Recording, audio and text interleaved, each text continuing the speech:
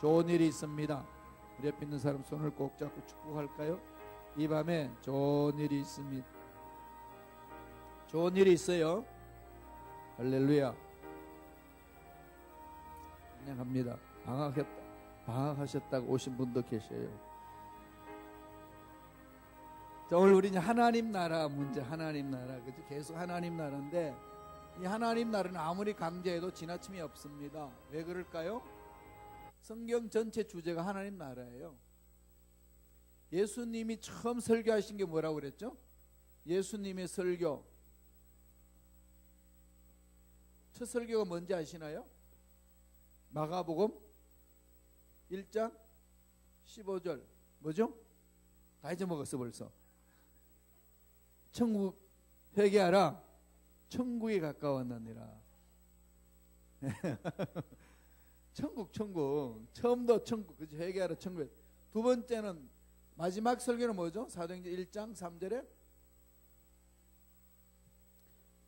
부활하시고 나서 40일 동안의 이 지상에서 예수님이 설교하신 내용이에요. 그게 뭐죠? 하나님 나라의 천국. 예수님의 설교는 처음도 하나님 나라, 마지막도 하나님 나라. 처음 설교, 그죠? 처음 설교가 뭐라고요? 천국, 하나님 나라. 그 다음에 마지막 설교도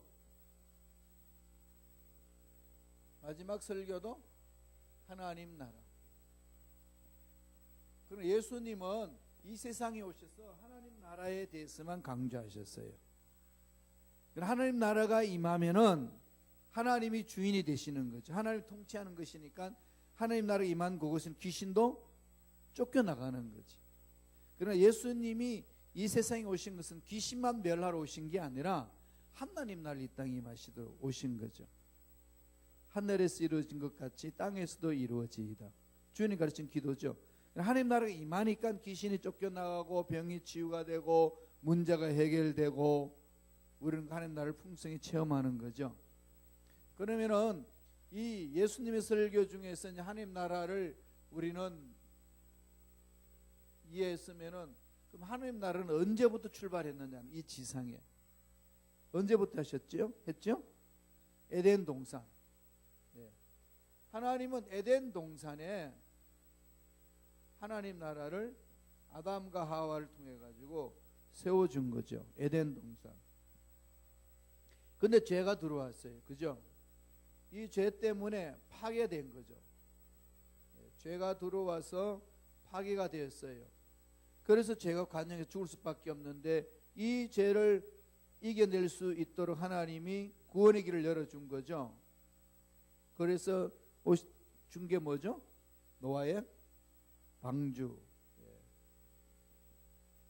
노아의 방주를 통해서 이 하나님 나라를 계속 이어져 나갑니다. 그 노아의 방주 지나고 나서 주신 게 뭐죠? 아브라함의 선택. 아브라함과의 언약이죠, 언약. 이렇게 해서 이제 여기는 이제 백성이, 하나님 나라 백성이 이루어지는 거죠. 그리고 나서 하나님이 뭘 주셨죠? 아브라함한테 주시면서 주신 것이 나온 게 나중에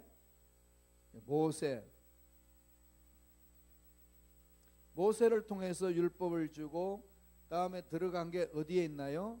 가나안이죠. 가나안 땅. 여기서 이제 율법을 주신 거고 땅을 주신 거죠. 법을 주고 땅을 주고 백성을 주고. 그러나 하나님이 이렇게 쭉 이끌어가는 거죠. 이끌어가서 이 땅에 여기에서 뭐가 일어나죠? 이스라엘이라는 나라가 세워지는 거죠. 그런데 이스라엘 세울 때 하나님이 왕권을 주셨죠. 하나님이 다스리는 왕을 세워주신 게 제일 먼저 사울, 다음에 다윗, 솔로몬. 이렇게 해서 왕권이 무엇인지를 가르쳐 준 거죠. 다윗 있고 솔로몬. 이 솔로몬 때 나라가 어떻게 되어 있죠?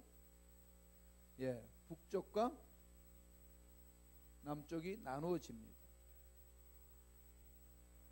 그럼 북조는 사마리아. 이건 어디서 누구한테 멸망받죠? 아수로. 멸망받는 제가 BC 722년. 북쪽은 누구한테 멸망받죠? 바벨론. 저기야, 저기 그 시기고. 네, 바벨론은 586년에 멸망을 받죠. 바벨론한테. 그러니까 이때는 이제 아수르한테 멸망을 받으니까 아수르 수도가 어디죠? 아니 북쪽 이스라엘 수도가 사마리아고 남쪽 유다 수도는 예루살렘. 이걸 자꾸 머릿속에 그려봐야 성서에 이제 맥이 쭉 있고 시대 흘러가는 걸 알 수 있어요. 이 아수르 수도는 니느웨죠. 니느웨. 요나 보고 니느웨 백성들에게 회개를 선포하라고 그랬더니 안 가죠. 왜 안 갔을까요? 여러 가지 이유 있겠죠, 그죠? 그런데 우리 일본으로 일본 망한다 가가지고 선포하라 그러면 안 가죠. 망하도 놔두는 거죠. 예, 민족적인 이 감정이 여기서 나타나는 거죠. 예, 그게 정확한지 아닌지는 정확히 알 수는 없어요. 다만 역사 속의 고정에서 이렇게 나타나는 거예요, 그죠? 이렇게 해서 이스라엘 나라가 없어졌어요. 여기는 혼혈족이 됐고, 여기는 바벨론 포로 끌려갔고. 이 바벨론 시대에 일어나는 역사. 그러고 나서 바벨론 끌려가고 나서 이스라엘 나라가 없어졌는데, 지금 이 이스라엘 나라가 이 땅에 나왔어요. 지구촌에 지금 와 있습니다. 586년 없어졌다가 다시 언제 생겼죠? AD 1948년 5월 14일 시온니즘으로 나온 거죠. 시온니즘으로 나와서 지금 이들이 우리와 함께 이 지구촌에 같이 살고 있어요. 이런 역사를 쭉 통해서 하나님이 하시는 것은 하나님 나라의 모형을 보여주는 거예요. 하나님 나라 모형. 우리 지구촌에 살고 있으면서 하나님 나라, 예수님이 하나님 나라 되셨는데, 그러니까 바벨론 멸망받고 나서 한참 지나고 AD로 이제 나누어질 때 누가 오신 거죠? 예수 그리스도 이뤄온 거죠.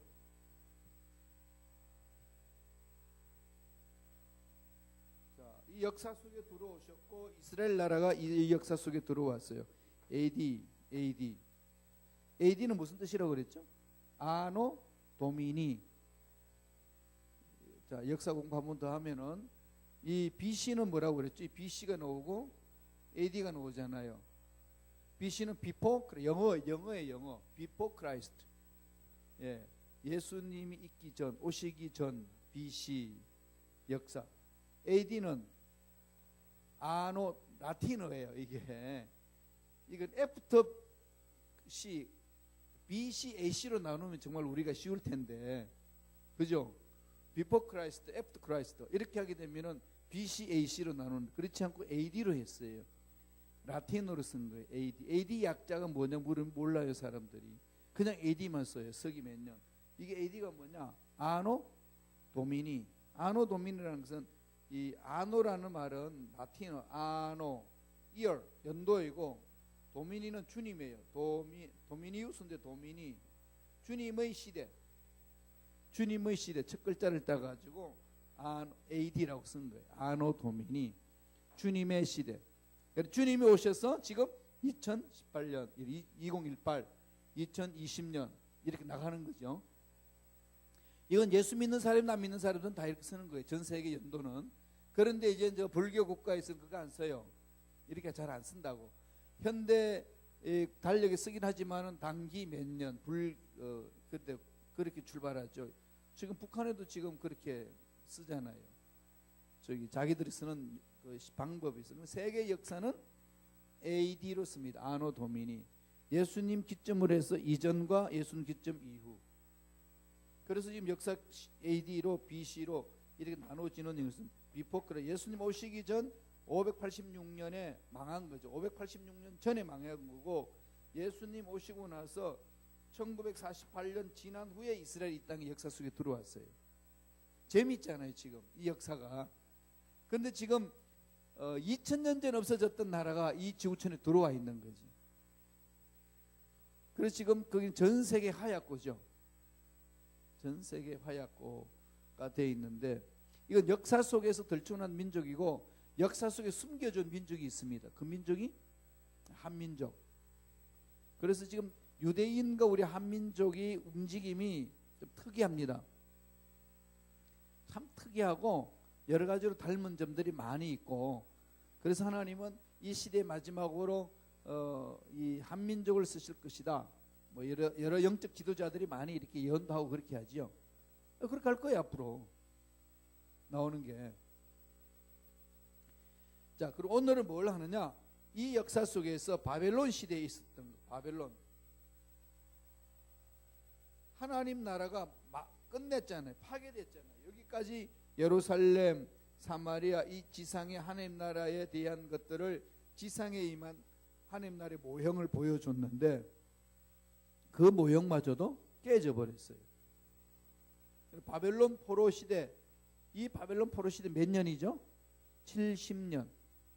70년 동안에 하나님 나라의 언약이 다 파괴되고 깨지고 언약의 백성은 이 바벨론 포로로 끌려간 거지.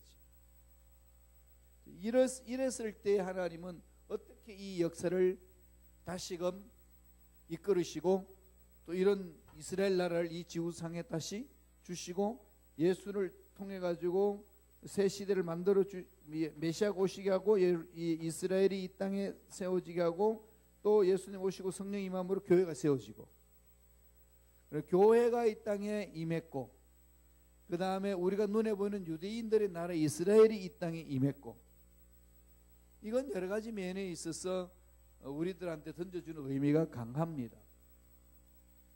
그러니까 지금 저와 여러분들은 우리 교회 속에서 하나님이 하실 일들을 보는 거죠.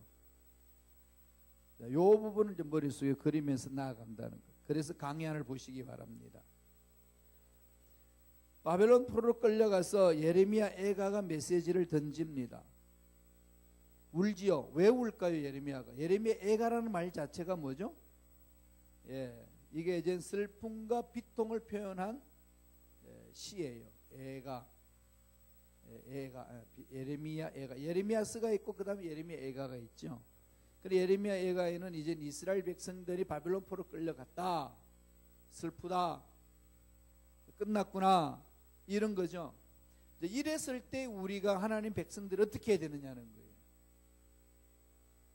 죄를 범해가지고 심판을 받아서, 죄를 범해서 징계를 받아서 어떻게 해야 될까요? 아니야, 하나님은 능력이 많기 때문에 그것마저도 하나님은 건져내실 것이다. 이게 아니라 지은 죄악을 회개하고 죄를 덮어쓰고 부르짖는 거죠. 왜? 벗어나기 위하여서. 이 바벨론 포로로 끌려가기 전에는요, 유대에서 선지자들이 많이 선포를 했습니다. 예레미야 특별히 이사야 예레미야가 너희들 바벨론이 쳐들어올 때에 바벨론을 이기기 위하여서 애굽으로 가서 도움을 얻으려고 하지 마라.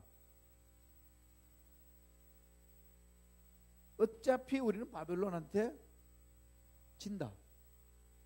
그럼 바벨론한테 항복하고 가라. 70년 동안 포로 생활을 해야 된다. 이렇게 이야기했더니 이 남조 유대의 왕족들이 그 말을 믿기가 뭐 힘든 거죠. 그 다음에 또 거짓 선지자들도 무슨 소리 하냐, 하나님 위대하신데. 그래, 하나님 위대하시지.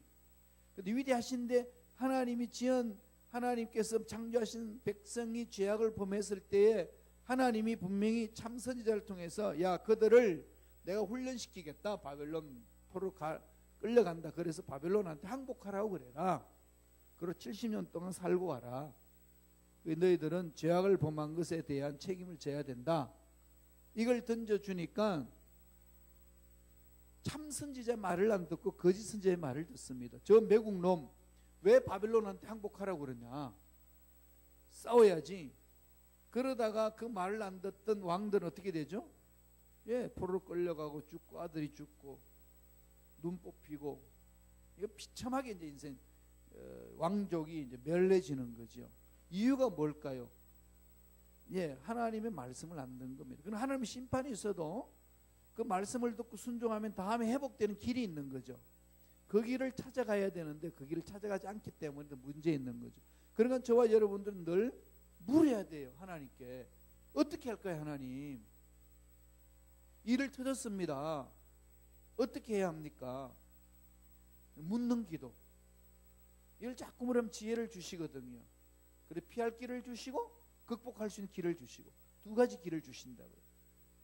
우리가 감당치 못할 시험을 허락지 않으신다. 허락했다는 것은 감당할 수 있다고 주기 때문에 이겨내게 하신다. 그럼 만약에 감당치 못하면 어떻게 하죠? 피할 길을 주신다. 그러니까 모든 것은 하나님 손에 있는 거지요. 그것을 받아들여야 되는데 못 받아들여서 바벨론 포로로 끌려가는 게 너무 치욕이었어요. 그런데 여기 끌려간 사람들 중에 하나님의 음성을 듣고 하나님 일을 한 일꾼이 있습니다. 누구죠? 다니엘하고 에스겔. 그러죠. 예. 다니엘, 에스겔은 그 속에 포로로 가서 하나님이 명령에 순종하면서 하나님의 위대하심을 드러냅니다. 그래서 그게 이제 다니엘서와 에스겔서에 나오는 내용이에요. 그래서 하나님 나라를 우리는 이걸 이제 오늘 여기에서 파괴됐는데, 모형이 하나님이 보여준 모형이 이렇게 맥을 이어서 왔는데 여기 파괴됐어. 제일 먼저 파괴된 것이 아담과 하와의 죄악 때문에 파괴된 거잖아요. 에덴 동산이 파괴돼 가지고, 이게 지금 문제가 아담과 하와의 죄 때문에 하나님 나라가 이제 깨진 거죠. 그러면서 계속 하나님은 남은 자를 통해서 맥을 이어서 오고 아브라함을 선택함으로 여기에서 유대인이 생깁니다. 유대인과 이방인이 만들어지는 거죠. 하나님의 백성, 하나님 선택한 백성. 그래서 사는 방법을 가르쳐주고 살 땅을 이야기를 하고, 그래서 하나님을 섬기는 왕을 주인으로 섬기는 백성들 어떤 삶인지 왕정 제도를 통해 가지고 가르쳐 줬는데, 결국은 말씀 안 듣고 다 둘 다 망합니다. 아수르한테 망하고 하나는 바벨론한테 망하고. 그리고 나라가 없어졌다가 1948년 5월 14일 다시 이 지구촌에 들어옵니다. 그 사이에 그리스도가 이 세상에 메시아로 오셨고, 이때가 언제 시대죠? 로마 시대죠. 그리고 이걸 조금 한 번 더 풀어주면은, 자, 바벨론을 누가 멸망시켰죠? 페르시아. 우리 성경에는 바사로 나옵니다. 페르시아가 어느 나라죠? 이란. 바벨론 이라크고 페르시아는 이란. 페르시아를 누가 멸망시켰죠? 그리스를 헬라라고 그러죠. 헬라. 원래 그리스 나라 이름을 옛날에는 고대에는 헬라라고 그랬어요. 헬라. 그래서 헬라어 뭐 이렇게 말하는 거죠. 그리스 누가 멸망시켰죠? 로마가 흩어져서 뭐가 되죠? 유럽. 지금 유럽 땅이죠. 그래서 예수님이 오신 것은 로마 시대 때 오신 거죠. 이때 로마 시대. 이게 지금 우리가 살고 있는 시대의 흐름 속에 이제 들어있는 거죠. 그렇게 해서 우리가 이제 앞으로 예수님이 그럼 다시 유럽 이후에 이 시대 후에 예수님이 재림이 언제냐? 이게 지금 우리들한테 제일 관심사잖아요. 역사를 어떻게 흘러갈 것이냐? 이걸 알기 위해서는 다니엘서와 계시록을 많이 읽으셔야 되는 거죠. 다니엘. 그래서 오늘은 이 포로 시대 때 있었던 하나님 나라의 모형이 파괴된 어떻게 회복되는지를 말씀을 살피겠습니다. 그래서 예레미야가 울입니다. 울고 있는 선지자 보세요. 예레미야 애가 1장 1절 2절입니다. 한번 천천히 읽어보지요. 다 같이 읽습니다. 슬프다 이성이여, 전에는 사람들이 많더니 이제는 어찌 그리 적막하게 앉았는고. 전에는 열국 중에 크던 자가 이제는 과부같이 되었고, 전에는 멸방 중에 공주였던 자가 이제는 강제 노동을 하는 자가 되었도다. 밤에는 슬피 우니 눈물이 밤에 흐름이요. 사랑하는 자들 중에 그에게 위로하는 자가 없고 친구들도 다 배반하여 원수들이 되었도다. 나라가 이제 멸망하고 나서 흩어지는, 이러면 뭐 이루 말할 수 없는 아픔이 있고 고통이 있는 거죠. 울고 울면서 지금 슬픔을 하나님 앞에 호소하고, 그렇게 해서 2장이 넘어가게 되면은 백성들이 다 흩어지고 자녀들이 죽습니다. 그리고 나서 2페이지 넘어가 보세요. 하나님께 자비를 구하죠. 2페이지 넘어가게 되면은 세 번째, 자비를 구하는 선지자 예레미야가 간절히 부르짖습니다. 다 같이 한 목소리 읽어보죠. 시작. 내 고초와 재난 곧 쑥과 담접을 기억하소서. 내 마음이 그것을 기억하고 내가 낙심이 되오나 이것을 내가 내 마음에 담아 두었더니 그것이 오히려 나의 소망이 되어 사옴은 야훼의 인자와 긍휼이 무궁하심으로 우리가 진멸되지 아니함이니이다. 이것들이 아침마다 새로우니 주의 성실하심이 크시도이다. 그러나 이스라엘 백성들이 바벨론 포로로 끌려갔지만은 하나님의 인자와 긍휼이 무궁하시기 때문에 회복시켜 주실 줄로 믿습니다. 이게 있기 때문에 진멸되지 않습니다. 부러지는 거죠. 그런데 23절 보세요. 그게 이것들이 아침마다 새로우니 주의 성실하심이 크시도이다. 하나님은 날마다 새로우신 분이죠. 새롭게 만나 주시는 거죠. 그러면은 이스라엘 이 땅에 오게 하시고, 주님 이 땅에 메시아로 오셨고 이스라엘 이 땅에 역사 속에 들어왔고, 예수님이 유럽 현대를 거쳐서 지금 언제 오실 것이냐, 어떻게 오실 것이냐, 새로운 거죠. 이런 어떤 기대, 이런 말할 수 없는 이 기대가 있잖아요. 주님 오실 날이 심히 가까워지는 이 시대지 않겠습니까? 날마다 새롭게 만져주시는 거죠. 그래서 예레미야는 바벨론 포로로 끌려간 이스라엘 백성도 포기하지 않습니다. 따라서 저와 여러분들이 문제 있을 때 포기해서는 안 된다는 거죠. 부러지져야 돼요. 하나님의 자비와 긍휼을 구해야 됩니다. 사람은 죄 짓지 않을 수 없어요. 죄 지으면 회개하고 돌아서는 거죠. 하나님 징계가 있을 때 이제 끝났다 그러지 마시고 부러지져야 돼요. 그러니까 살아있다는 자체는 절망이 없다는 거죠. 살아있다는 자체는 이제 희망이 있다는 겁니다. 그걸 말씀해 주는 거예요. 예레미야 애가는 희망을 향해 달려가게 한다. 그래서 자녀를 위하여, 남편을 위하여, 아내를 위하여, 가정을 위하여, 교회를 위하여 부러지져라. 부러지져야 된다. 이 부분이에요. 이렇게 하고 이제 두 번째로는 다니엘이 이제 포로로 끌려갑니다. 다니엘이 포로로 끌려가서 다니엘에게 하나님이 주셨어요. 그러니까 다니엘을 통해 가지고 하나님이 주신 은혜가 뭘까요? 하나님 나라 회복되는 것. 2페이지 제일 밑에 있지요. 먼저 2페이지에 그 다니엘 메시지를 한번 읽어보고 넘어갈게요. 다니엘의 주요 메시지는 다니엘과 세 친구의 초기 이력, 너부갓네살의 꿈과 다니엘의 해석, 너부갓네살의 금신상과 꿈의 성취, 바벨론의 멸망, 다니엘의 신앙적 승리 및 미래 왕국에 대한 다니엘의 4가지 환상이 기록되어 있어요. 그래서 우리는 이 다니엘의 환상을 통해 가지고 앞으로 볼 겁니다. 자, 다니엘의 메시지는 BC 605년으로부터 BC 530년대 중엽까지, 즉 느부갓네살이 다니엘과 그의 세 친구를 바벨론으로 사로잡아 간 때부터 고레서 제3년까지 역사를 배경을 하고 있습니다. 다니엘서에서 다니엘서 내의 사건들은 느부갓네살, 벨사상, 벨사상이 아니라 벨사살, 메대 사람 다리오, 고레서, 이렇게 지금 몇 왕이 모시죠? 4왕을 모시면서 총리 대신으로 있습니다.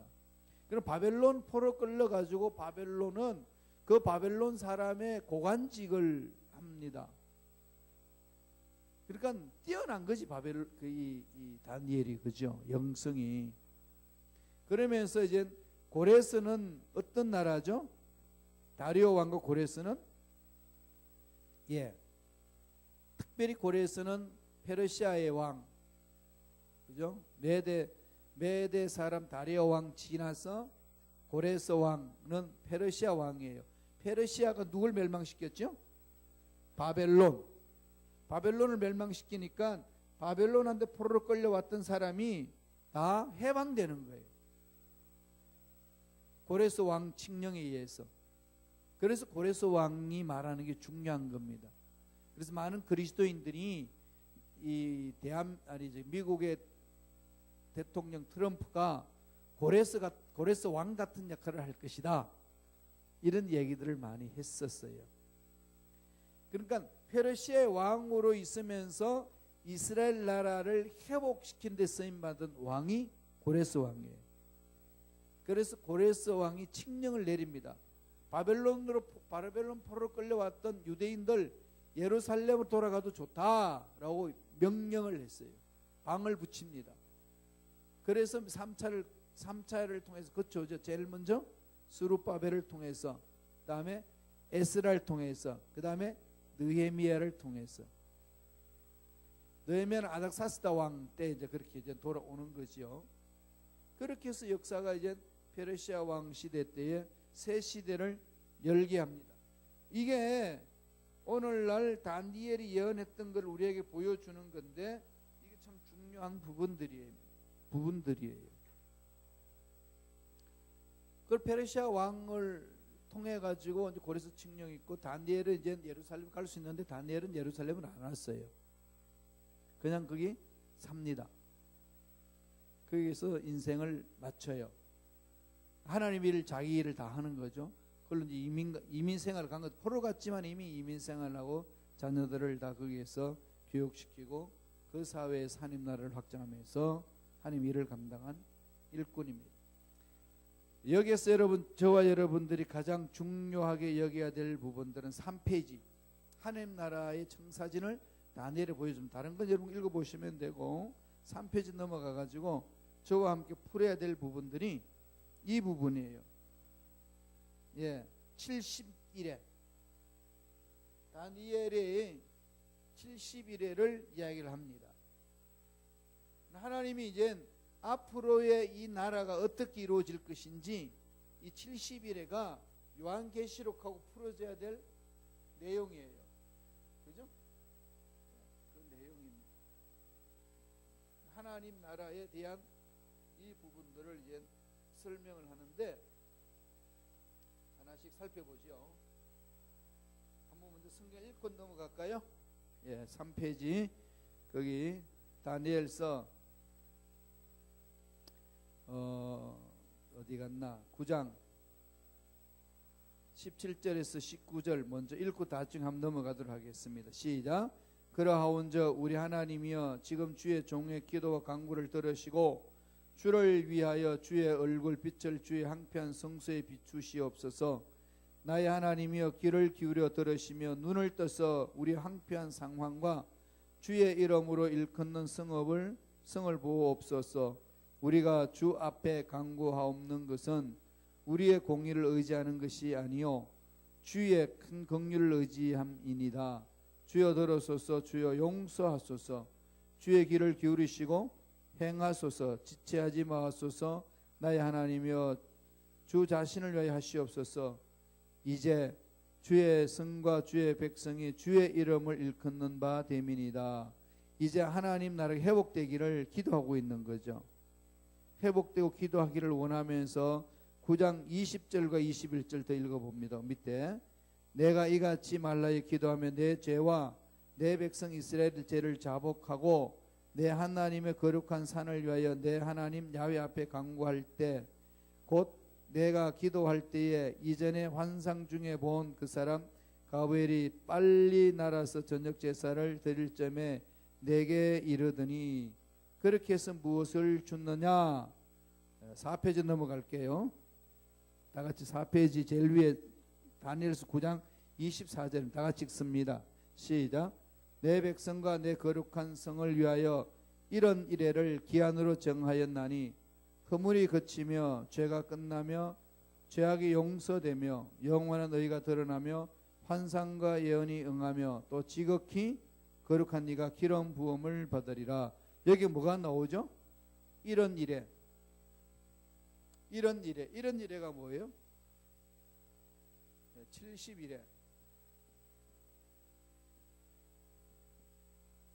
70일에 70일에가 이 다니엘서 하나님 나라 하나님 나라가 앞으로 되어질 일들을 가르쳐준 계시고 푸는 열쇠예요.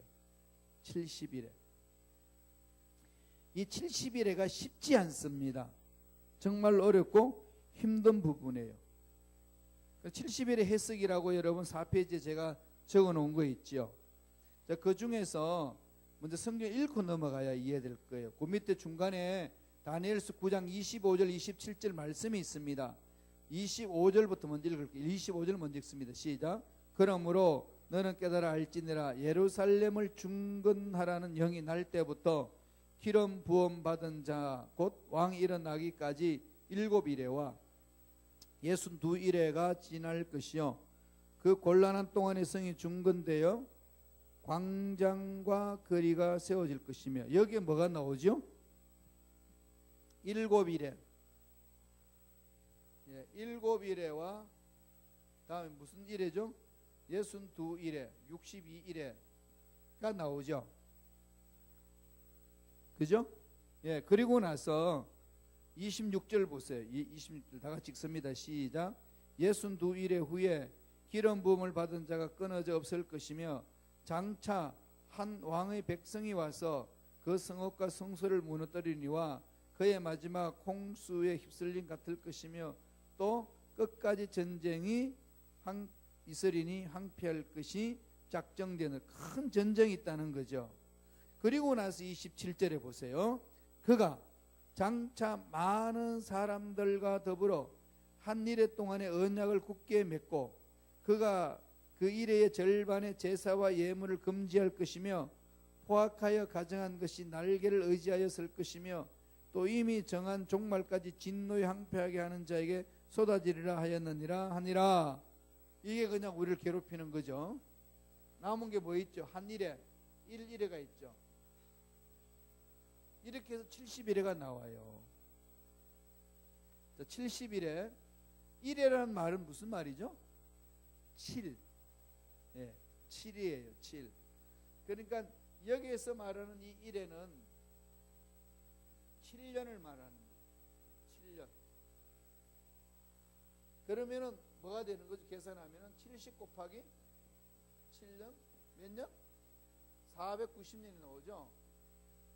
490년이 넘습니다. 490년 후에 일어날 이 얘기를 지금 말하고 있는 거죠. 그러면은 7일에는 뭐죠? 고레스 칙령 이후에 느헤미야를 통해서 아덱사스다 왕이 야 예루살렘 성전을 중건하라 하는 데가 몇 년? 7일에 7 곱하기 7년은 49년 49년 동안의 역사의 기록을 설명을 해주는 거예요. 성전이 건축할 때까지의 기록. 그러나 스룹바벨 성전이 건축된 것이 참 하나님의 놀라운 섭리가 있는 거죠. 그 다음에 62일에는 62 곱하기 7 얼마죠?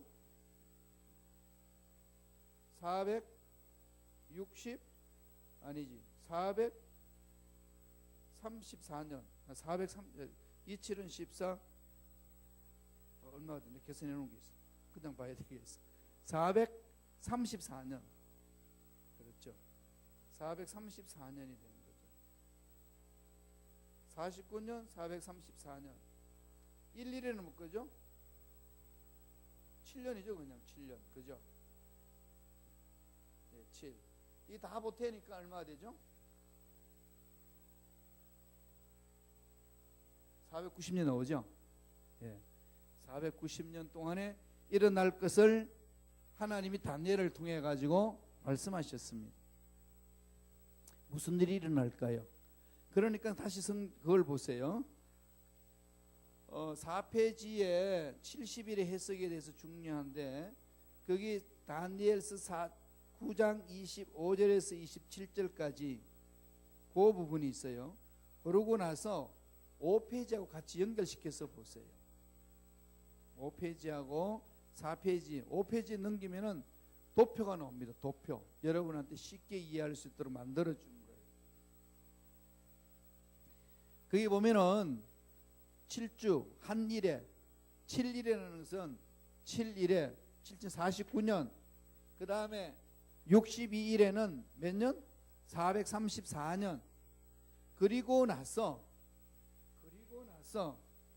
요게 지금 좀 더 정리하면은 요 공백 기간이 있어요. 그러고 1일에 7년. 자, 이러면은 여기에서 이제 역사에 이제 종말이 온다는 거지.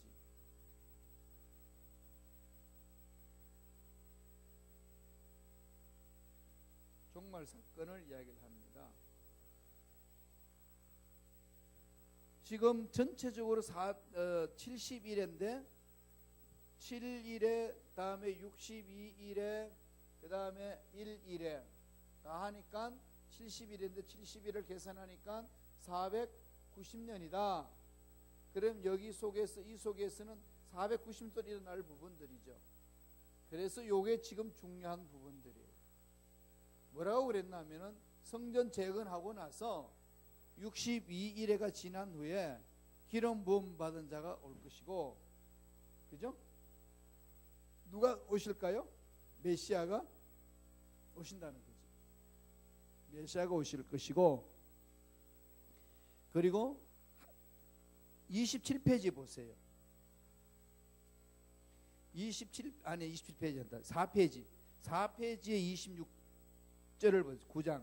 다니엘서 9장 26절.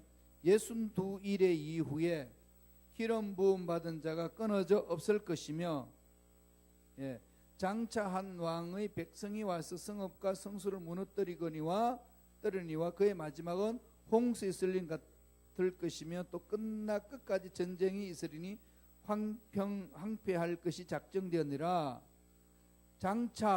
그가 장차 많은 사람들과 더불어 한 일에 동안 언약을 맺고, 자, 여기에서 메시아가 오신다는, 십자가 오셔서 끊어진다는 거죠. 십자가의 죽음이죠. 그리고 나서 다시 예수님이 오시기 전까지 이 7년의 왕이, 거짓 왕이, 적그리스도가 나타나서 이 7일 동안 하다가 예수님이 여기 다시 재림하신다 라고 이제 설명을 해 주시는 겁니다. 7년 지나고 나서 재림을 하고 그 다음에 심판이 있고 이제 나오는 거죠. 재림이 여기 이제 끝나고 나서 재림이 있고, 그 다음에 천년 왕국 있고,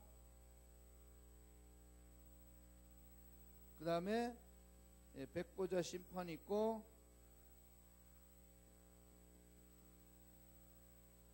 새 하늘과 새 땅, 하나님 나라가 이제 여기서 영원히 지속된다. 이 역사를 지금 말해 줍니다. 그러면은 이 기간이 지금 공백 기간으로 되어 있어요. 끊겨지고 나서 이게 얼마나 세월이 흘렀는지 몰라요. 흐르고 7일의 한 주간 일회를 임할 것이다 라고 이야기를 해줍니다. 예수님이 부활 승천하신 후에. 그러니까 요 기간 동안은 예수님이 오셔서 오는 것이 무슨 시대일까요? 교회 시대. 성교 확장이 되는 거죠. 그렇게 교회 시대를 가다가 무슨 일이 일어나느냐? 27페이지 보세요. 이게 지금 중요한 열쇠입니다. 다니엘서 9장 27절의 말씀이, 그가 장차 많은 사람들과 더불어 한 일회 동안에 언약을 맺죠. 한 일회가 어떤 언약일까요? 교회 시대 지나고 나서 한 일회, 요 시대, 요게 예수님 오시기 전 한 일회. 그러니까 지금 이 예수님이 초림하시고 예수님이 재림하시기 전에 이 역사를 일으키는데 공백 기간과 한 일회가 주어진다는 거예요. 공백 기간이 요거는 교회 시대고, 교회 시대가 끝날 점에 적그리스도가 나타나서 한 1회 동안에 악한 영들이 장난을 친다는 거죠. 이때를 무슨 시대라고 그러죠? 환란 시대, 대환란. 대환란.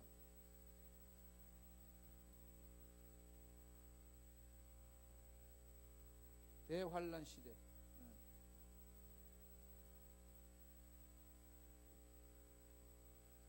대환란 중에서 오늘 말씀을 보면은 그게 보세요. 27절에 한 일해 동안 언약을 굳게 맺고 그가 그 일해의 절반의 제사와 예물을 금지할 것이며, 그러니까 3년 반, 후 3년 반이 이제 이루어진다는 것을 그 일해의 절반에 이렇게 해서 전 3년 반, 후 3년 반이라는 말이 나옵니다. 이 7년, 이 대환란 시대인데, 자 그러면은 그렇게 해서 490년의 역사를 다니엘이 70일회를 봤어요. 이걸 우리가 지금 풀어나가는 거죠.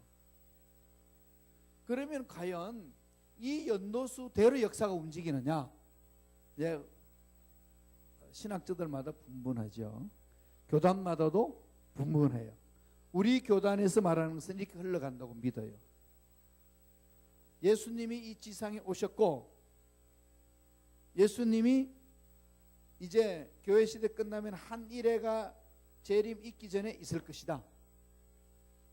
이때 대환란이 일어난다는 거죠. 그래서 대환란을 통과하는데, 여기 이제 여러 가지가 있습니다. 적그리스도가 7년 상호 보호 조약을 맺을 때, 7년 동안 서로 조약을 맺을 때 예수님이 공중 재림한다. 이건 지상 재림이다. 여기에 이제 여러 가지 이야기들이 많이 나오는데, 이건 지금 많이 이제 이야기들이 사라지긴 했습니다만은 그래도 근본적으로 나오는 것이, 이야기가 오는 부분들이 휴거가 언제 일어나느냐? 요때 휴거가 일어납니다. 그것을 예수님 공중 재림이라고 그러고, 이거를 예수님 아마겟돈 전쟁 지상 재림이라고 그래요. 지상 재림.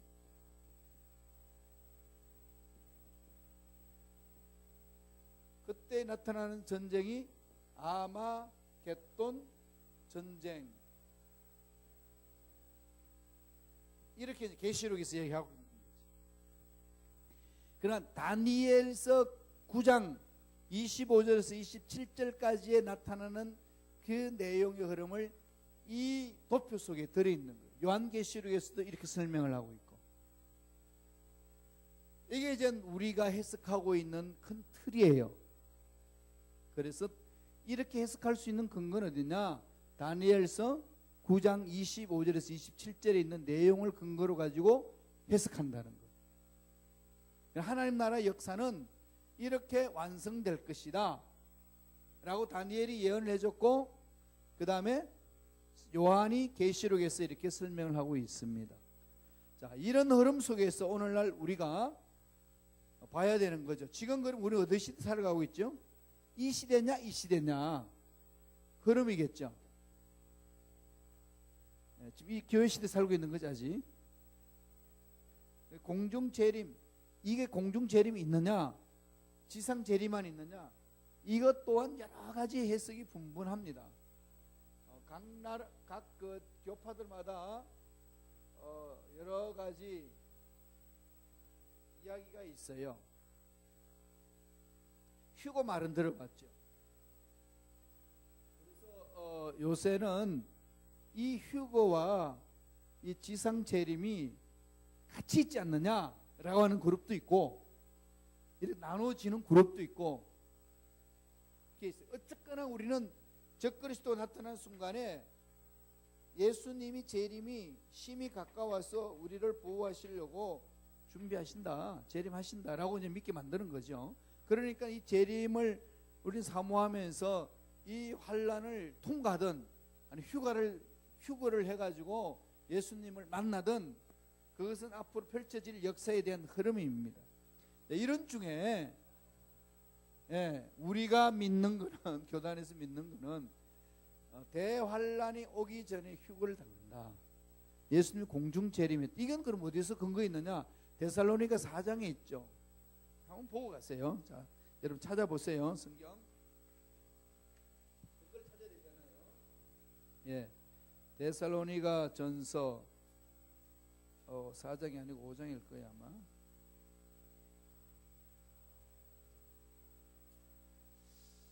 데살로니가 전서 4장이네. 4장 13절에서 17절까지예요.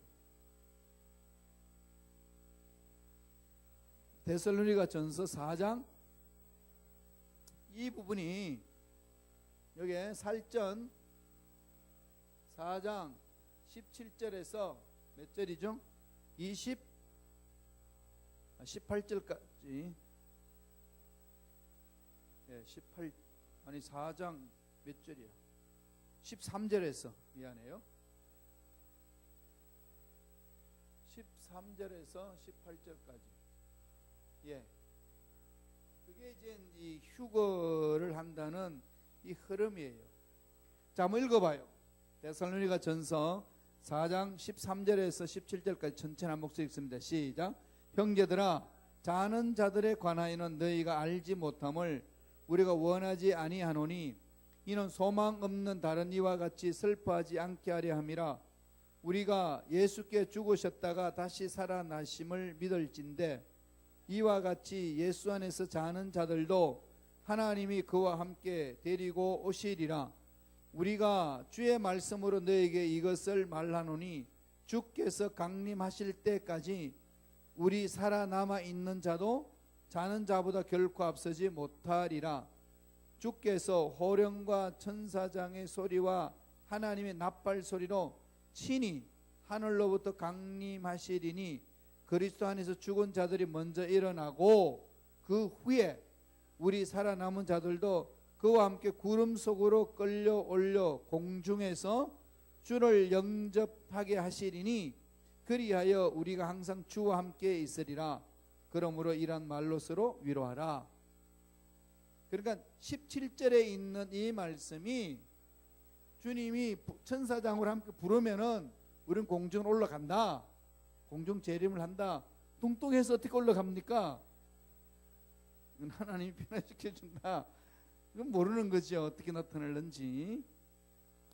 이걸 가지고 성서 전체적인 흐름이 있고, 그리고 7년 동안 호린잔치하고 주님이 지상 재림을 해서 천년왕국과 백보자 심판으로 간다라고 하는 것이 순복음 교통, 오순절 교통의 교회에서 해석하는 내용이에요. 그런데 다른 데는 또 이렇게 해석하지 않습니다. 이거하고 이 사이를 뭉쳐버려요. 공중재림과 지상재림을 하나로 보는 거지. 하나로. 그래서 이 7일회가 여기 들어가 있는 거지. 쉽게 말하면은 이게 일로 와버리니까 즉 그리스도 왔을 때 이걸 통과한다. 그리고 통과하니까 대비하라. 근데 우리 이 순복교통대는 통과하기 전에 우리는 들림받는다. 한국에 대체적으로 이 흐름 속에 해석이 됐어요. 근데 오늘날 학자들끼리 서로 논쟁은 지금 많이 하고 있습니다. 그렇다는 거 알고 있으면 되고, 그러면은 우리는 뭘 믿어야 돼요? 이렇다는 거 알고 있고 말씀 믿으면 돼요. 예수님이 우리가 들림을 여기서 받든지 여기서 받든지 중요한 것은 오직 예수님의 구세주를 믿는 게 중요한 거고, 그 다음에 이 시간이 맞느냐 오늘날은 상징적이다 라고 이야기하는 사람이 있고, 상징적이다 이야기하는 사람이 있고, 또 어떤 사람들은 그대로 이루어진다 라는 사람들도 있고, 의견들이 분분한데 왜 안 일어났습니까? 이 역사는 다 일어났어요. 일어났죠? 느헤미야 성전 재건했죠? 그리고 나서 이 재건하고 난 이후에 62일이 지난 다음에 예수님 오셨어요. 예수님 오시고 나서 십자가에 못 박혀 돌아가시고 교회 시대가 열렸습니다. 여기서부터 여기까지는 지금 퀘스천마크가 달려있는 거죠. 그래서 우리는 시대를 바라보고 성서를 통해 가지고 봐야 돼요. 하나님 나라를 이렇게 이루어진다는 거죠. 그래서 재림하고 나서 백부자 심판으로 곧장 가느냐, 아니면 천년 왕국을 경험하고 가느냐, 여기도 또 해석이 분분합니다. 천년이라는 숫자로 딱 차 있느냐, 아니다, 이게 벌써 천년이다, 여기까지가 천년이다. 그래서 무천년스라는 말은 천년이라는 숫자를 딱 말하는 것이 아니고 예수님과 함께 왕노릇하는 그 시대, 하나님이 왕노릇 한다고 그랬잖아요. 예수님과 함께 왕노릇 하는 그 시대를 말한다, 이렇게 말하는 사람이 있어요. 어떻게 믿든 건 상관없이 우리는 주님이 재림하면 천년 왕국이 있고 백부자 심판이 있고 새하늘과 새 땅으로 들어가서 하나님 나라가 완성된다 라고 하는 이 도표가 다니엘서 9장 25절에서 27절 이야기하고 데살로니가 전서 4장 13절에서 18절 내용하고 요한계시록 21장 22장에서 이야기하는 내용하고 다 결부해서 그렇게 말하고 있습니다. 그러니까 21장까지, 22장이 아니라 22장까지 다 해서 22장까지니까 요한계시록이 새하늘과 새 땅, 요한계시록 20장에 가면 천년왕국이 나옵니다. 계시록 20장. 나중에 우리가 이거 한번 요 부분은 신약에 넘어가서 예수님이 하나님 나라에 대해 설명할 때 간단히 설명 또 해드릴게요. 자, 이 도표를 가지고 머릿속에 그려놔야 요한계시록을 이야기할 때에 흐름을 잡을 수 있었어요. 그래서 성경이 이렇게 보이고 앞으로 시대 흐름이 보이는 것이, 지금 이 공백 중에 이 교회 시대가 이제 끝날 점이 있다는, 적그리스도가 나타나가지고 교회를 핍박한다는 것이, 이게 교회를 핍박하는 게 이만저만이 아닙니다. 교회를 박살내버려요. 그래서 예수를 자유롭게 못 믿게 만들 때가 온다는 거지. 이 자유주의 국가에 있어도 그날을 대비하라는 겁니다. 지금 언제 올는지 몰라요. 그런데 지금 서서히 그렇게 좁혀가고 있잖아요. 그죠? 서서히 지금 이렇게 좁혀가고 있어요. 서서히. 중국은 지금 시진핑을 통해 가지고 예수 믿는 사람 다 선교사를 다 추방하고 있고, 그래서 서신하고, 그 다음에 공산당이 죽었다가 부활했죠. 푸틴을 통해 가지고. 그런데 푸틴과 또 트럼프가 손을 잡고 잘 움직입니다. 그러니 미국 땅이 어떻게 변화될는지 아무도 몰라요. 그러니까 지금 잘 봐야 돼. 시진핑, 트럼프, 푸틴 어떻게 움직이는지를 잘 보세요. 이 신문을 통해서, 뉴스를 통해서 막연히 만났나 보다 그러지 말고 무슨 내용을 가지고 이야기하는지. 그래서 하나님 이 시대를 분별하게 해주시고 준비하게 하시고 달려갈 수 있도록 인도해달라고.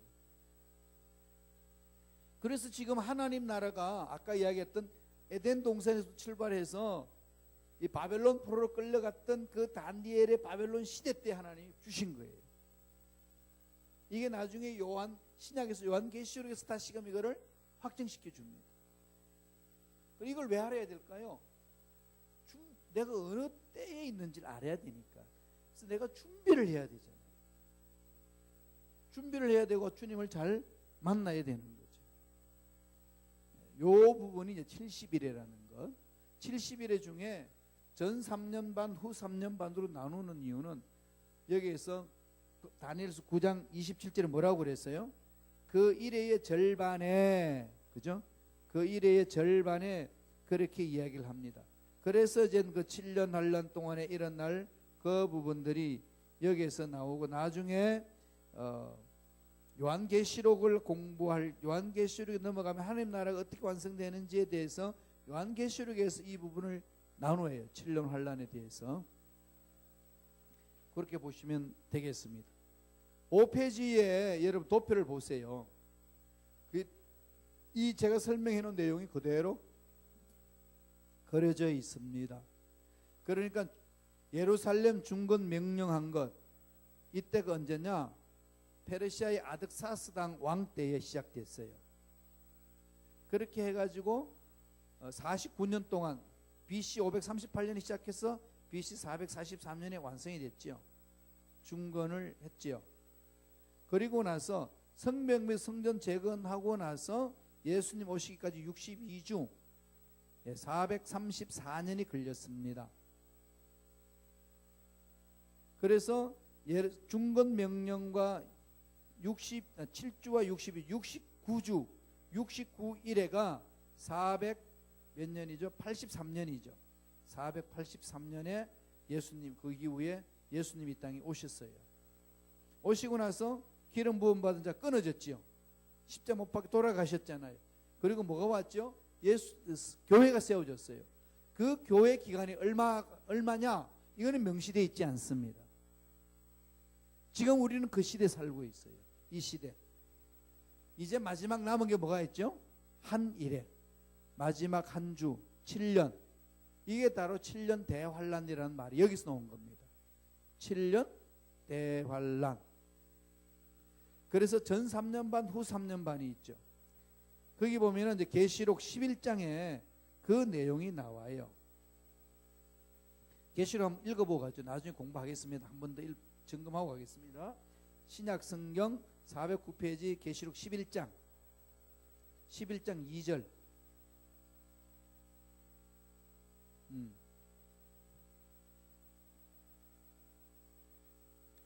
거기 보세요. 11장 2절. 성전 바깥 마당은 측량하지 말고 그냥 두라. 이것은 이방인에게 주었은즉 그들이 거룩한 성을 42달 동안 짓밟으리라. 42달 계산해 보세요. 얼마죠? 3년 6개월. 그죠? 3년 6개월. 3년 6개월 합하면은 42개월이 나옵니다. 그러죠? 42달 동안 짓밟혀. 이게 3년 반.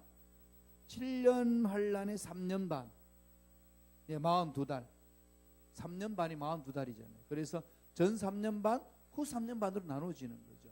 그러니까 다니엘서에서 말하고 있는 이 7년 한 일회가 7년인데 7년 환란인데 7년 환란이 요한계시록에 또 있고 다니엘서 9장 27절에 있고 반일회가 3년 반 42달 동안 그런 일이 있다 그랬죠.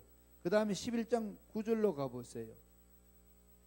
9절하고 12장 6절 12장 6절로 가요. 예, 요한계시록 12장 6절. 그럼 두 가지만 알고 있으면 돼요. 요한계시록 11장 2절과 요한계시록 12장 6절. 그 여자가 광야로 도망하며 거기서 1260일 동안 그를 양육하기 위하여 하나님께서 예배하신 곳이 있다. 1260일과 42달과 같은 말이죠. 42개월을 날수로 계산하면 1260일이 나옵니다. 그러니까 3년 반 42달 1260일 같은 말이에요. 그래서 전 3년 반, 후 3년 반 그렇게 나눠지는 이유가 다니엘서 가장 근본적으로 9장 27절에서 출발합니다. 그런데 지금 재미있는 표현 있죠. 12장 1절. 하늘에 큰 이적이 보이니 해를 옷 입은 한 여자가 있는데 그 발 아래는 달이 있고 그 머리는 12별의 관을 썼더라. 이 여자가 아이를 베어 해산하게 되매 아파서 애를 쓰며 부러졌다가 하늘에 또 다른 이적이 보이리니 보라 큰 붉은 용이 있어 머리가 7이여 뿔이 10이라. 그가 머리에 7 왕관이 있는데 그 꼬리가 하늘의 별 3분의 1을 끌어다가 땅에 던지더라. 용이 해산하려는 여자 앞에서 그가 해산하면 그 아이를 삼키고자 하더니 예수 메시아가 오심을 방해하는 거죠. 악한 것들이. 예수님이 재림하시는 그 마지막 한 주가 3년 반, 후 3년 반 적그리스도들이요. 여기 적그리스도가 나타나가지고 이 세상을 쥐고 흔듭니다. 흔드는데 3년 반은 자유가 주어지고 3년 반은 완전한 자유가 없어져요. 심히 대환란이 있는 거죠. 이 대환란이 예수님 공중 재림하고 난 이후에 있을 건지 예수님 재림 전에 있을 건지 그건 우리가 가봐야 돼요. 왜? 학자들마다 의견이 분분하고 또 이렇게 해석할 수도 있고 저렇게 해석할 수도 있어요. 다만 우리들이 해야 될 일은 예수님 오심을 사모해야 되고 그리고 예수님을 오심을 사모하면서 이 지상에 있을 환난을 대비하여 믿음을 지켜야 돼요. 그래서 끝까지 지키는 자가 복이 있으리라. 이때 믿음이 있는 자를 보겠느뇨, 그렇게 말씀하는 거죠. 그래서 오늘날에는 믿음을 많이 잃어버리는 세상에 살고 있습니다. 요걸 머릿속에 이제 가지고 있으면서 역사가 이렇게 흘러왔으니까 교회 시대 살고 있는 내가 이 적그리스도가 어떤 자가 나타나서 할 것이냐, 이게 여러 가지 길이 있죠. 옛날에는 왜 저기 무슨 칩이었죠? 베리칩이 있어가지고 뭐 난리 났어요. 그냥 그게 적그리스도고 그냥 짐승의 표로 받으면 안 된다고 막. 이전에는 바코드 보고, 그래서 여러분 이게 바코드 다 어디에 있죠? 책에도 바코드 있고, 여러분 가지고 있는 크레디트 카드 바코드 있고, 그거 받으면 안 된다고 난리를 쳤는데 지금 잘 가지고 살고 있지요. 그리고 또 베리칩이 나와가지고 베리칩을 받으면 안 된다 그러면서 그냥 뭐 호들갑도 난리, 지금 또 쑥 사라졌어요. 그런 게 중요한 게 아니고 중요한 것은 믿음이에요. 믿음은 세상에 어떤 악의 권세들이 와도 이겨낼 수 있습니다. 예수 십자가를 믿는 믿음은. 그러나 요한계시록의 결론은 뭐죠? 예수님이 참 승리자입니다. 이 말씀이에요.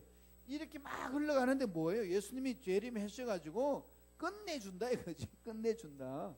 Jesus is victory. 예수님이 승리자다. 이게 선포하는 게 요한계시록이에요. 그러니까 다니엘한테도 보여준 거는 마침내 예수님이 승리하신다. 마침내 너희들 포로에서 벗어나서 참 승리자와 함께 승리한다. 영원한 하늘나라 회복된다. 이게 메시지, 주 메시지입니다. 이걸 보셔야 되지. 그냥 뭐 계산해가지고 이때다 저때다 싸우고 있는 거지. 엉뚱한 것이 지금 싸우고 있어요. 그래서 안 맞으면 어떻고 맞으면 어때? 그건 지나갈 수 있는 거 아니겠어요, 그냥? 왜냐면 우리 인간이 연도수 계산을 잘 할 수도 있고 못할 수도 있으니까. 예수님이 AD라고 그랬잖아요. 탄생한 이때가 AD 기점으로, 그죠? AD 원점이잖아요. 예수님 탄생한 게 AD. 이거는 비포고, 비포 크라이스트고, 이건 AD가 나오는데, 예수님이 AD 기점을 해가지고 했는데 지금 역사는 뭐라고 그럽니까? 정말 이때 태어나냐? 이 5년 AD 5년에 태어난 게 아니냐? 이것도 정확히 몰라요. 왜냐하면 예수님의 정확하게 태어난 크리스마스를 우리가 12월 25일 하는데 그날 정말 태어났어요? 봤어요? 기록이 있어요? 없어요. 그래도 왜 그날 정했을까요? 로마의 콘스탄틴 대제가 거기 이제 로마를 국교로 기독교를 했잖아요. 그런데 거기 제우스 신을 섬기는 날짜가 12월 25일이었어요. 로마 시대 전체 축제하는 거지. 그러면은 예수님 오신 날을 지금 우리가 축제로 바꿔야 되는데 어떤 날이 좋겠냐 해가지고 그날 택했어요. 12월 25일이 예수님 오신 날이다. 그래가지고 그날을 찬양하면서 높이면서 해서 이방 문화를 이제 꺾은 거죠. 그러면은 동방정교회가 있죠. 정교회, 오소독스 처치. 거기는 언제 할까요? 예수님 부활절을 더 강조하고 우리하고 또 달라요. 예수님 태어나신 걸 봄에 해요. 그러니까 그거는 역사적인 고정이 안 돼 있어요. 모릅니다. 다만 우리 기독교 공동체에서 그렇게 내려왔기 때문에 우리는 그날을 예수 그리스도의 탄생일로 정하고 가는 거예요. 왜? 오신 걸 확신하니까. 그러니까 이 연도수는 인간의 역사 속에서 기록됐고 성경이 그렇게 기록된 책이 아니기 때문에 이 역사의 연도는 이렇게 계산하지만은 그 계산이 완벽하고 정확하다라고 말할 수 있는 근거는 우리가 좀 여유가 있다는 거죠. 쉽게 말해 유도리가 있어야 된다는 거예요. 그래서 이걸 가지고 싸우지 말고 이 역사 속에 증명했듯이 교회 시대 열렸고 적그리스도가 올 거고 우리는 이 대환란을 위해서 준비해야 되고 주님 재림을 기다려야 된다 라고 하는 것이 메시지고, 재림에 대한 결론은 뭐라고요? 예수님이 승리자시다. 이걸 선포하는 거예요. 그 승리자이기 때문에 어떤 문제를 만나도 우리 승리할 수 있다. 어떤 어려운 문제가 대환란이 와도 두려울 필요 없다. 예수님 승리자이기 때문에 보호해 주신다. 예수님을 믿고 선포하고 나가자. 이게 요한계시록을 주신 목적입니다. 근데 큰 그림을 그리면서 가야 되는데 오늘날 우리 기독교 공동체에서 이거 가지고 막 서로 싸우고 있는 것이 이게 맞냐 이게 맞냐 이게 맞냐. 물론 분별하는 것이 중요하지만은 이렇게 볼 수도 있고 저렇게 볼 수도 있는 거예요. 그죠?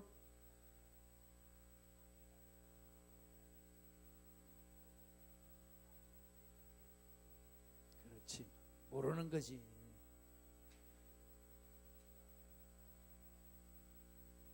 예. 그래서 6페이지 보고 이제 마치도록 합시다. 6페이지, 7페이지 있는데 8페이지까지 있는데요.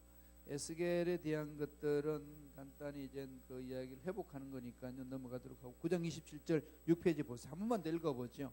마무리 짓는 차원에서 시작. 그가 장차 많은 사람들과 더불어 한 일해 동안에 언약을 7년, 한 일이 7년이잖아요. 7년 동안의 언약을 굳게 맺고, 이건 누구하고 언약을 맺겠어요? 유대인과. 유대인이 이제 역사를 완성한다는 거죠. 그것도 가봐야 돼요. 언약을 굳게 믿고 그 일의 절반의 제사와 예물을 금지할 것이고, 그 이후에 또 포악하여 가정한 것이 날개를 의지하며 설 것이며, 이미 정한 종말까지 진노가 황폐하게 하는 자에게 쏟아지리라 하였노라. 예수님이 이제 재림 전에 일어날 대환란 시대 때 일어날 역사에 대한 설명을 풀어주는 겁니다. 머릿속에 이만큼 그려졌지요. 예, 요 머릿속에 그려지면서 나는 지금 여기 있는 건데 이 적그리스도가 어떻게 나타날 것인지를 여러분들이 좀 잘 이렇게 시대 흐름을 보면서 보시라는 거. 그래서 제가 팁을 드리자면은 이 트럼프와 시진핑과 푸틴이 어떤 역사의 흐름 속에서 이렇게 움직일 것인지는 우리가 좀 눈여겨볼 필요 있습니다. 특별히 푸틴의 존재. 이 푸틴은 좀 심상치 않은 것 같아요. 그래서 이 부분이 역사가 어떻게 방향을 틀 것인지 아무도 모르지만 우리 기도로서 좀 껴서 준비해야 될 시기가 왔다는 거죠. 그러면서 이제 재림을 사모하는 목적은 두려움이 아니고 하나님 보호해 주신다는 것. 이래서 하나님 나라 확장 이루어지는 거예요. 이래서 하나님 나라가 여기에서 완성됩니다. 역사 속에. 우리는 여기서 영원토록 이제 새하늘과 새 땅 속에서 하나님 나라를 이루어 나가는 죠. 어떻게 보면 되게 만화 같은데, 그것이 만화 같은 얘기가 우리 이성을 초월한 역사가 성경 속에 들어있고, 에녹도 어떻게 됐죠? 돌림을 받았고, 다음에 엘리야도 불병거를 타고 올라갔고, 네, 그렇게 되는 거죠. 그런 역사가 이미 우리 예수님이 우리를 부르실 때의 모습을 다 보여준 거예요. 예표로 다 보여준 겁니다. 그러니까 영적으로 끼어 있으면 그게 자꾸 이렇게 관심이 있고 사모하고 달려가는데, 그게 안 끼어 있으면 무슨 있다고 소리가 있냐 이런데, 이게 이제 자꾸 땅의 끝들만 매여 있으면은요 그래요. 그죠? 그래서 지금 우리 뭐 어떻게 해야 되겠어요? 열심히 살아야죠. 지금 여기서 재밌게 열심히 사셔야 된다니까. 밥도 잘 드시고 잠도 잘 주무시고. 그러니까 세상 것들에서 끌려가지고 인생 망쳤다 그러지 마시고, 그러니까 세상에 어떤 사람들 하는 말에 의해서 이리 흔들리고 저리 흔들리지 말고, 이 큰 그림을 머릿속에 그려놓고, 하나님 나라 이렇게 가는구나. 그러면 내가 이 말씀을 가지고 내 삶 속에 적용을 해야 되겠구나. 하나님 때를 분별할 수 있도록 은혜를 주시옵소서 기도하시는 거예요.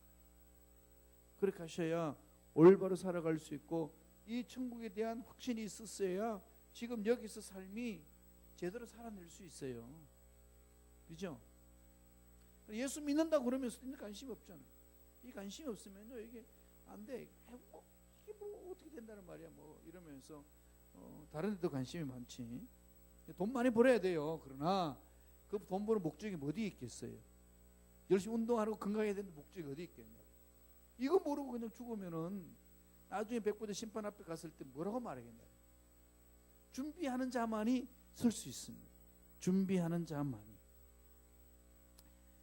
자, 다음에 또 요걸 보고 이제 이후의 이제 사건들 좀 정리하고, 다음에 예수님이 이 땅에 오셔가지고 이 하나님 나라를 말씀하셨잖아요. 하나님 나라를 이야기를 하고, 그 다음에 요한계시록 사도 바울이 말하는 하나님 나라를 보고, 그런 다음에 예수님이 끝나고 나서 부활 승천하시고 나서 사도 바울 했던 얘기 보고, 그 다음에 요한이 보여준 이 요한계시록에서 말하는 하나님 나라에 대한 완성도, 그걸 몇 가지 도표를 통해 가지고 살펴보도록 하겠습니다. 질문 있나요? 네, 요한계시록을 보시기 전에 이 다니엘서를 좀 많이 보세요. 그래야 제대로 공부할 수 있으세요. 그러죠. 자꾸 그래서 이 성경을 다니엘서 9장 이건 정말 중요한 이 부분이거든요. 이 전체의 맥을 이어잡을 수 있는 것은 다니엘 9장 25절에서 27절 내용을 이해할 때 가능합니다. 그리고 요한계시록 11장 내용이 이해가 돼요. 안 그러면 이해 안 돼. 무슨 말인지 도대체 이해가 안 돼. 그러니까 요 맥을 잡고 가셔야 된다고. 요것만 딱 잡아놓고 그 다음에 나중에는 요한계시록을 또 제가 한번 공부 같이 하고 싶은데 그거는 큰 이 주제별로 돼 있는 것들. 이전까지는 장별로 봤잖아요. 옛날에는 그거 말고 주제별로 돼 있는 거. 그러면은요 성경이 달리 보이기 시작하고 시대 흐름이 달리 보이기 시작해요. 이것만 봐도 벌써 시대가 어디에 와 있는지 파악이 되잖아요. 그럼 내가 뭘 준비해야 되는지 알겠죠? 그럼요. 예, 읽어보시고 또 읽어보고 그렇게 하고 있으면 이제 전체적인 맥을 잡을 수 있습니다. 우리 기도하겠습니다. 말씀을 생각하면서 성령님 오셔서